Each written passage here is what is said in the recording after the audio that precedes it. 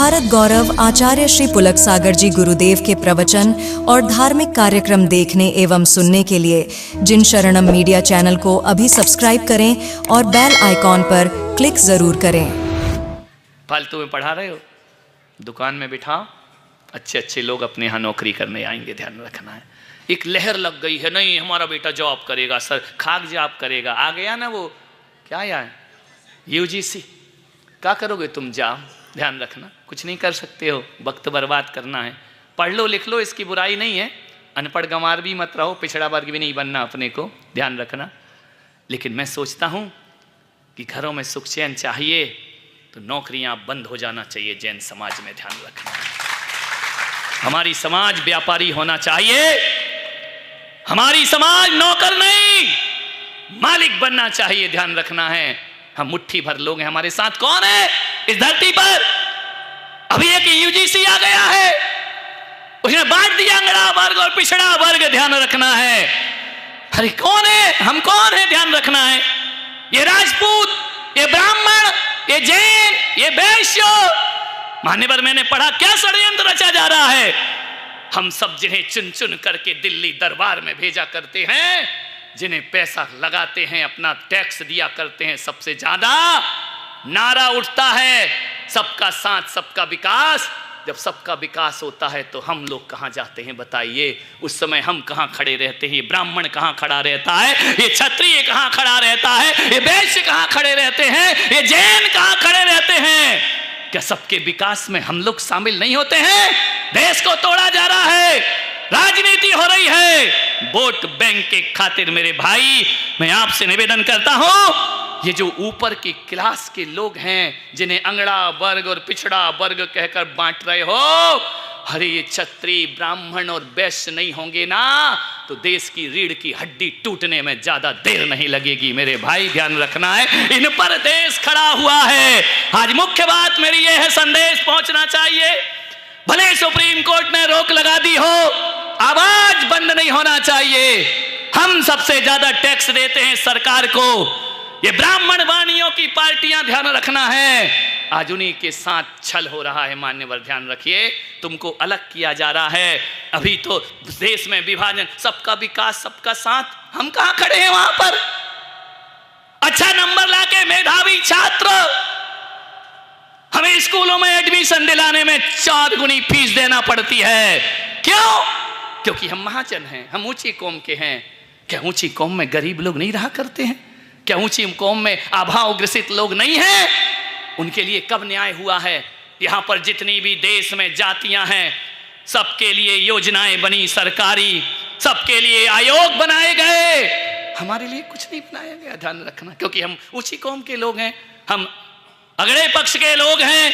मान्यवर ये प्रहार हम झेल रहे हैं। मान्यवर ये कानून आने वाला है इस देश में कि किसी को जाति सूचक शब्द बोल दिया, यदि इन ऊंची जात वालों ने, ये क्षत्रिय ने, ब्राह्मण ने, वैश्य ने, यदि किसी को कुछ कर दिया और नहीं भी किया, यदि उसने शिकायत कर दी तो तुम्हारा मुकदमा अदालत में पहुंच जाएगा, बेगुनाह को सजा मिलेगी, ध्यान रखना है। ये कैसा अंधेर नगरी चौपट राजा मेरे भाई, हम गला फाड़ फाड़ कर तुम्हारा समर्थन करते रहे, हमारी जड़ें काटी जाने इस देश से। मान्यवर ध्यान रखना, जागृत हो जाइए। जितने भी कौम हैं ये, जिन्हें जर्नल कहा जाता है, सवर्ण कहा जाता है, सवर्णों का क्या हो रहा है इस देश में? मान्यवर आपसे मेरा निवेदन है, लोकतंत्र में सबको चुनाव लड़ने के अधिकार हैं, लेकिन मैं देख रहा हूं यदि ये कानून लागू हो गया तो देश की 131 लोकसभा और 1225 विधानसभाओं में हमें अपने कैंडिडेट खड़े करने का भी अधिकार प्राप्त नहीं होगा, ध्यान रखना है। मान्यवर कैसा अंधा कानून है, कितना विश्वासघात हमारे साथ। मान्यवर एक निवेदन, हमारे हित के लिए कोई आयोग नहीं, कोई मंत्रालय नहीं हमारे हितों के लिए।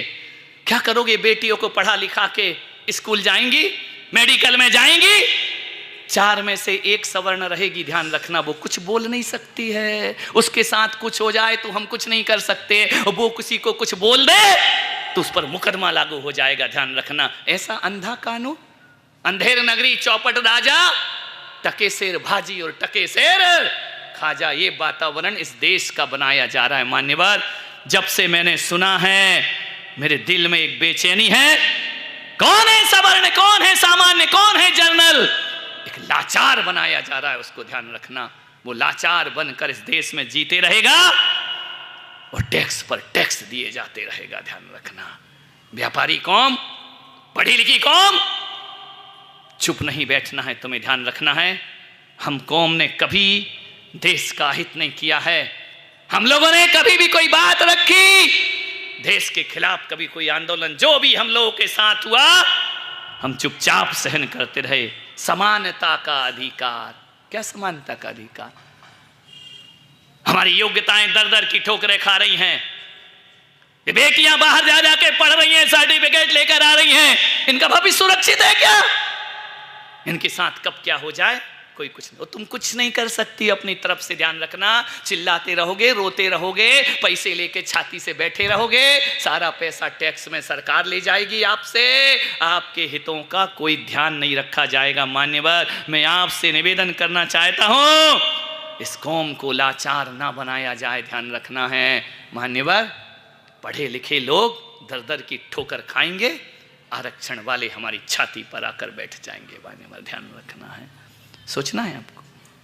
ऐसा माहौल निर्मित किया जा रहा है इस देश में। अभी दिनेश जी ने कहा ना कि हम लोग ही मीठा बोलेंगे तो फिर कड़वा कौन बोलेगा, ध्यान रखना है। ये जो कानून यूजीसी का आने वाला है, इसका समस्त जनरल समाज को, सामान्य वर्ग को मिलजुल कर पुरजोर विरोध करना चाहिए, ध्यान रखना। यह कैसा न्याय हो रहा है?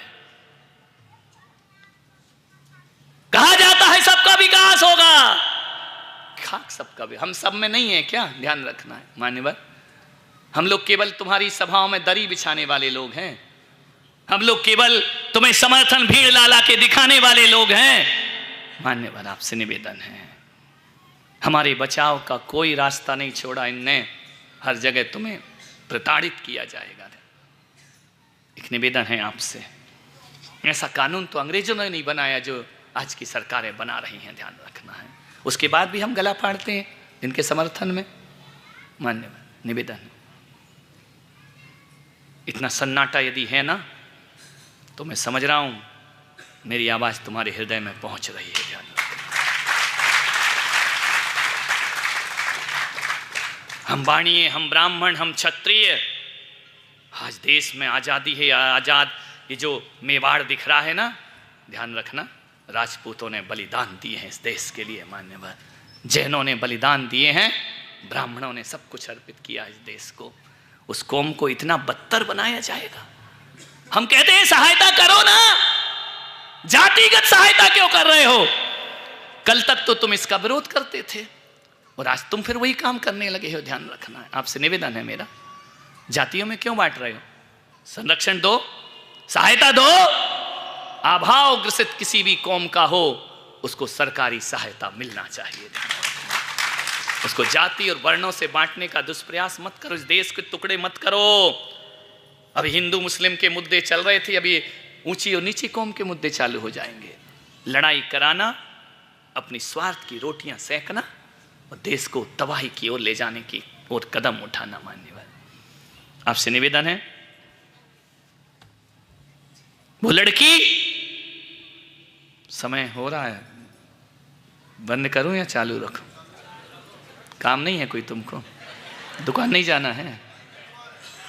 रविवार है। के विरोध में नहीं हूं कि उनको सुविधाएं क्यों दी जा रही हैं, मैं इसके विरोध में हूं कि हमें लाचार क्यों किया जा रहा है, ध्यान रखना है। आपसे मेरा निवेदन है, यही आग्रह है। वो लड़की थी, कुछ नहीं कर लेगी तुम्हारी बेटी। ये जो नैन मटक्के करके अपना दिल दे बैठती हो ना लड़कों को, बहुत बुरी दशा होने वाली है तुम्हारी, ध्यान रखना है। मैं चाहता हूं जैन जैन से शादी करे, ब्राह्मण ब्राह्मण से शादी करे, राजपूत राजपूत से शादी करे। थोड़े से रूप और गोरी चमड़ी में मत मरो, लास्ट में कुछ ना मिलेगा तुम्हें। दिल्ली बंबई की एक जैन लड़की भाग गई एक ऐसे व्यक्ति के साथ जिसने देह का शोषण किया, हमारी समाज की लड़की, उसको लोगों ने समझाया कि तो वहां मांस खिलाया जाएगा, वहां गौमांस खिलाया जाएगा, उसने कहा खा लूंगी, रहूंगी उसी के साथ। बाहरी बेटियों, तुम्हें क्या हो गया है? जिस माँ बाप ने 22 साल 24 साल तुम पर विश्वास किया, 1 साल 2 साल की दोस्ती में उनका दिल तोड़ के चली जाती हो, उनका मुंह झुका के चली जाती हो। अरे हम तो उस समाज की बेटियां हैं कि जब कोई ब्राह्मणी सुंदरी से अपने पिता से पूछती है कि बताओ पिता तुम्हारा माथा कहाँ झुकेगा, उन्होंने कहा बेटियों जिस दिन शादी होगी मेरा माथा झुकेगा कमर साहब के सामने। हम उस समाज की गौरवशाली बेटियां और कन्याएं हैं। हम कहती हमारे बाप का माथा ना झुके, हम आजीवन विवाह का त्याग किया करते हैं। ध्यान रखना, ये हमारी संस्कृति है, आजीवन ब्रह्मचर्य की स्थापना। और इस देश में सबसे पहले ब्रह्मचर्य, बाल ब्रह्मचारिणी यदि कोई बनी तो ब्राह्मी और सुंदरी ने यह सौभाग्य पूरी समाज को प्रदान कराया। ध्यान रखना है, वो बेटियां चाहिए हमको। हमको ऐसी बेटियां नहीं चाहिए कि एक बाइक पे घूम कर आए, कान में ईयरफोन लगा हो, सपने दिखाए लंबे लंबे, भाग गई उसके साथ। बड़ा कैसा माहौल बना दिया है। हम तो उस समाज की बेटियां हैं जहां बाप कोड़ी से भी शादी कर दे तो हमारी समाज की बेटी भाग्य समझ के स्वीकार कर लिया करती है। ध्यान रखना, और केवल कोढ़ी को स्वीकार नहीं करती, अपने दम पर, अपने सतीत्व पर कोढ़ी को कंचन जैसी काया प्रदान कर दिया करती है। मान्यवर, उस समाज के हम लोग हैं, वो हमारा इतिहास है, वो हमारा गौरव है। माँ बाप की पसंद का नहीं चलेगा, तुम्हारी पसंद का। अकल तो आई नहीं है तुमको, जिंदगी क्या हुआ करती है। वो लड़की वहां पढ़ने लगी इंदौर में, एक लड़के से दोस्ती हो गई, ऐसी दोस्ती कि लड़का उसे गाड़ी में लाए, छोड़े, हॉस्टल से कॉलेज ले जाए। जो बेटियां हॉस्टल में जा रही, ध्यान रखना, मैं पुलक सागर एक नियम देता हूं आपको, हॉस्टल में कितने भी कष्ट और संकट झेल लेना, जब भी दोस्ती करना लड़कियों से करना, लड़कों से दोस्ती कभी मत करना। ध्यान रखना, ये मीठी मीठी बातें करेंगे, आसमान से तारे तोड़कर लाएंगे, शादी हो जाएगी तो रामलाल बाजार से सब्जी लेकर नहीं आएगा। ध्यान रखना है, ये ऐसी मीठ, तुम इतनी भावुक हो, किसी ने तुम्हारी तारीफ करी, दिल दे के बैठ जाती हो। ध्यान रखना, लुट जाती है तुम्हारी जिंदगी। ये कैसा शौक है तुम्हारे अंदर। माँ बाप की भी बहुत छूट है कि बच्चे बाहर पढ़ें, ये नौकरियां कराओगे तो बाहर भेजना ही पड़ेगा। ध्यान रखना है, नौकरानी मत बनाओ, मालकिन बनाओ मेरे भाई। ध्यान रखना, हमारे गांव की मालकिन है, मैंने पवन जी की पत्नी से पूछा कहाँ तक पढ़ी, बोले हम ज़्यादा पढ़े लिखे नहीं हैं लेकिन रानी बनकर घर में रहा करते हैं। ध्यान रखना आपसे, उषा जी ये पढ़े लिखे ज़्यादा, इनने कोई ग्रेजुएट नहीं हुए, वो CA MBA नहीं किए हैं, लेकिन मालिक बन के रहते हैं। और ये नौकरी करने वाली तुम्हारी दूसरों की जूठी पत्तलें चाटा करती हैं। ध्यान रखना, आपसे निवेदन है मेरा, आग्रह है मेरा, आने वाले समय के लिए मैं आगाज आपको कर रहा हूं।